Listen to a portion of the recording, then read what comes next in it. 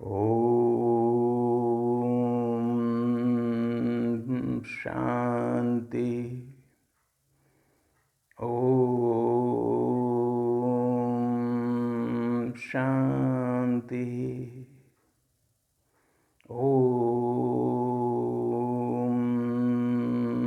शांति। बहुत अच्छा वातावरण है, समय भी बहुत अच्छा है और हमने टॉपिक भी ये है उतना ही श्रेष्ठ आज लिया है। भगवान, देवता और धर्मगुरु, तीनों के बारे में थोड़ा संक्षेप में थोड़ा सा सत्यता के आधार पर एक चर्चा करते हैं। हम सभी चाहे किसी धर्म के हों, किसी संप्रदाय के हों, भगवान को, ईश्वर को, परमात्मा को अपने विश्वास के मुताबिक मानते हैं, उनकी पूजा अर्चना करते हैं। उनके मंदिर हो, मस्जिद हो, गुरुद्वारे हो, चर्च हो, वहाँ जाते हैं। उनके जड़ चित्रों को ही पूजते हैं जो परंपरागत चलते आ रहे हैं। अब हिंदू की अगर सिर्फ अकेली बात करें तो कोई राम को मानता है, कोई कृष्ण को, विष्णु को, हनुमान को, गणेश। इस तरह से हिंदू में तो 33 करोड़ देवी देवता बताए हैं। जिस पे विश्वास है, वो मान्यता है, उसी को वो भगवान समझ के उसकी पूजा करता है। इसी प्रकार अन्य धर्म वाले जो उनके धर्म के संस्थापक हैं, धर्मपिता हैं, जिन्होंने उस धर्म की स्थापना की, बाद में द्वापर के बाद, सतयुग त्रेता तो सिर्फ देवी देवता थे, द्वापर के बाद एक एक करके धर्म संस्थापक आए हैं, पिता हैं, पुण्य आत्माएँ आई हैं, उन्होंने अपने धर्म की स्थापना की है, अच्छी बात बताई है। लेकिन क्या किया, सबकी उंगली ऐसे उठी है कि भगवान परमात्मा एक है, वो ऊपर वाला। सभी लोग बोलते हैं ऊपर वाला, बोलते हैं परमात्मा जाने। तो प्रश्न वही है फिर कि परमात्मा, भगवान, वह एक है कौन? इतने तो नहीं हो सकते। कोई किसी को माने, कोई किसी को माने, ये तो नहीं हो सकता। तो हम इसी सच्चाई पर थोड़ा प्रकाश डालेंगे। मेरा ध्येय ये बिल्कुल नहीं है किसी की भावना को, किसी के विश्वास को ठेस पहुंचाना। बिल्कुल, आप जिसको मानते हैं बिल्कुल मानिए, वो आपको सब कुछ दे रहा है, बिल्कुल संतुष्ट रहिए। लेकिन फिर भी एक सच्चाई के आधार पर थोड़ा सा आत्ममंथन जरूर करिए कि अगर भगवान एक है तो हर एक धर्म वाले अपने अपने भगवान बना रखे हैं। हिंदुओं ने इतने सारे देवी देवता को भगवान मान रखा है, फिर तो ये मिथ्या हो गया, असत्य हो गया। तो सत्य क्या है, इसको मैं नहीं बताऊंगा, आपको ढूंढना है। आपका होमवर्क हो, चाहे मित्र हों, संबंधी हैं, ज्ञान जिनको अभी तक नहीं मिला है, जिसको ज्ञान मिल गया है उसने परमात्मा को पहचान लिया है।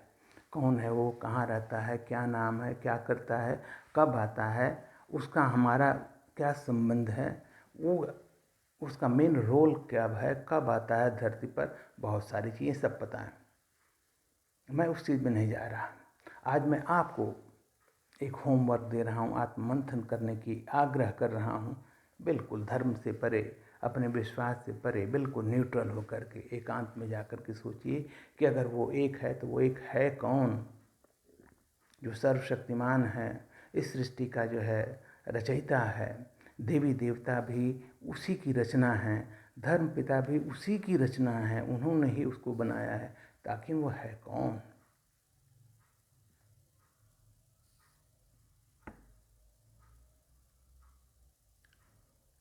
आसान भी है, मुश्किल है। सबसे पहले निश्चय,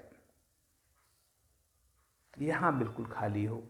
दिल है, ये दिमाग को खाली कर दीजिए कि मैं तो इसको मानता हूँ तो यही है, तुमको जो मानना है मानो। नो, ठीक है, आप उसको करते रहिए, लेकिन फिर भी एक सच्चाई को अगर आप जान ले, पहचान ले, तो शायद आपको जितना मिलना चाहिए, परमात्मा की शक्ति, परमात्मा का प्रेम, सफलता, वो सहज मिल जाए।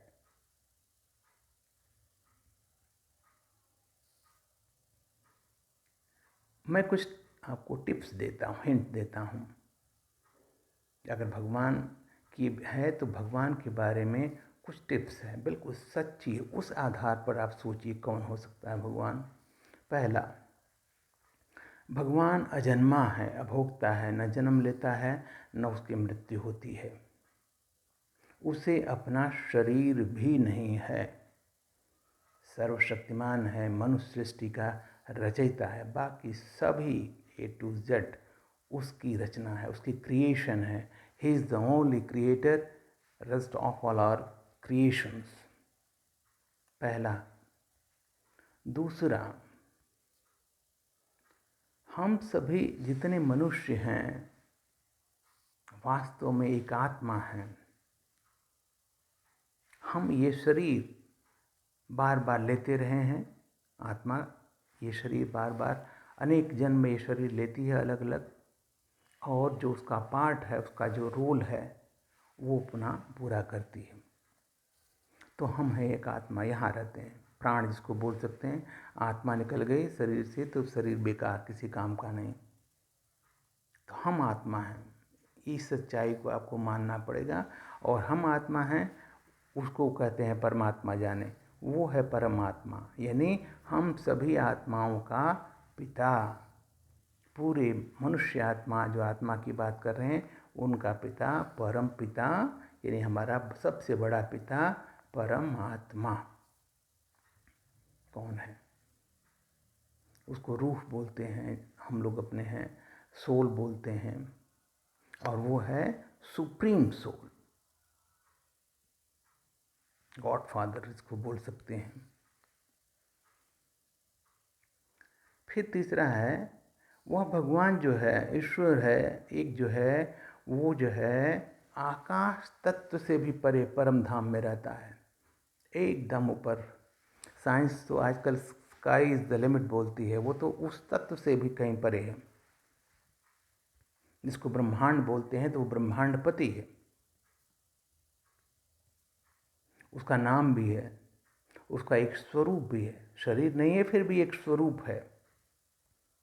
और पूरे कल्प में, कल्प का मतलब सतयुग, त्रेता, द्वापर और कलयुग, पूरे को मिला के कल्प बोलते हैं।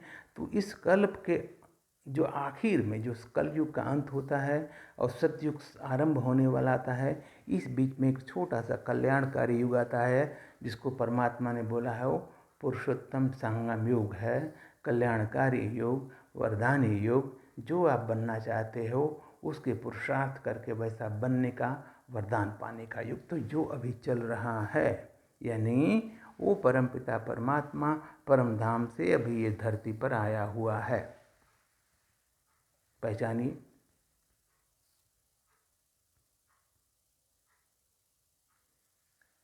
वह जब यहाँ आने का कारण, जैसे शास्त्रों में कहा दिया कि जब धर्म की ग्लानि होती है, अत्याचार, दुराचार, ये सब चीज़ें चरम पर होते हैं, तो वो आता है। तो वही ये समय है, वो आ चुका है। सतयुग यानी नई दुनिया, जिसको पैराडाइज बोलते हैं, हेमन बोलते हैं या स्वर्ग बोलते हैं, उसकी स्थापना शुरू कर चुका है ईश्वर। हम जानते नहीं, जो ज्ञान में नहीं है, जो उसको पहचानते नहीं, मानते नहीं, वो नहीं कहें, हम जानते हैं, क्योंकि हम उसमें सहभागी हैं।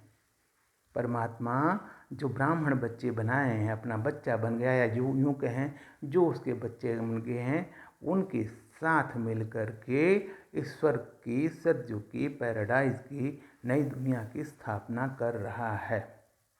और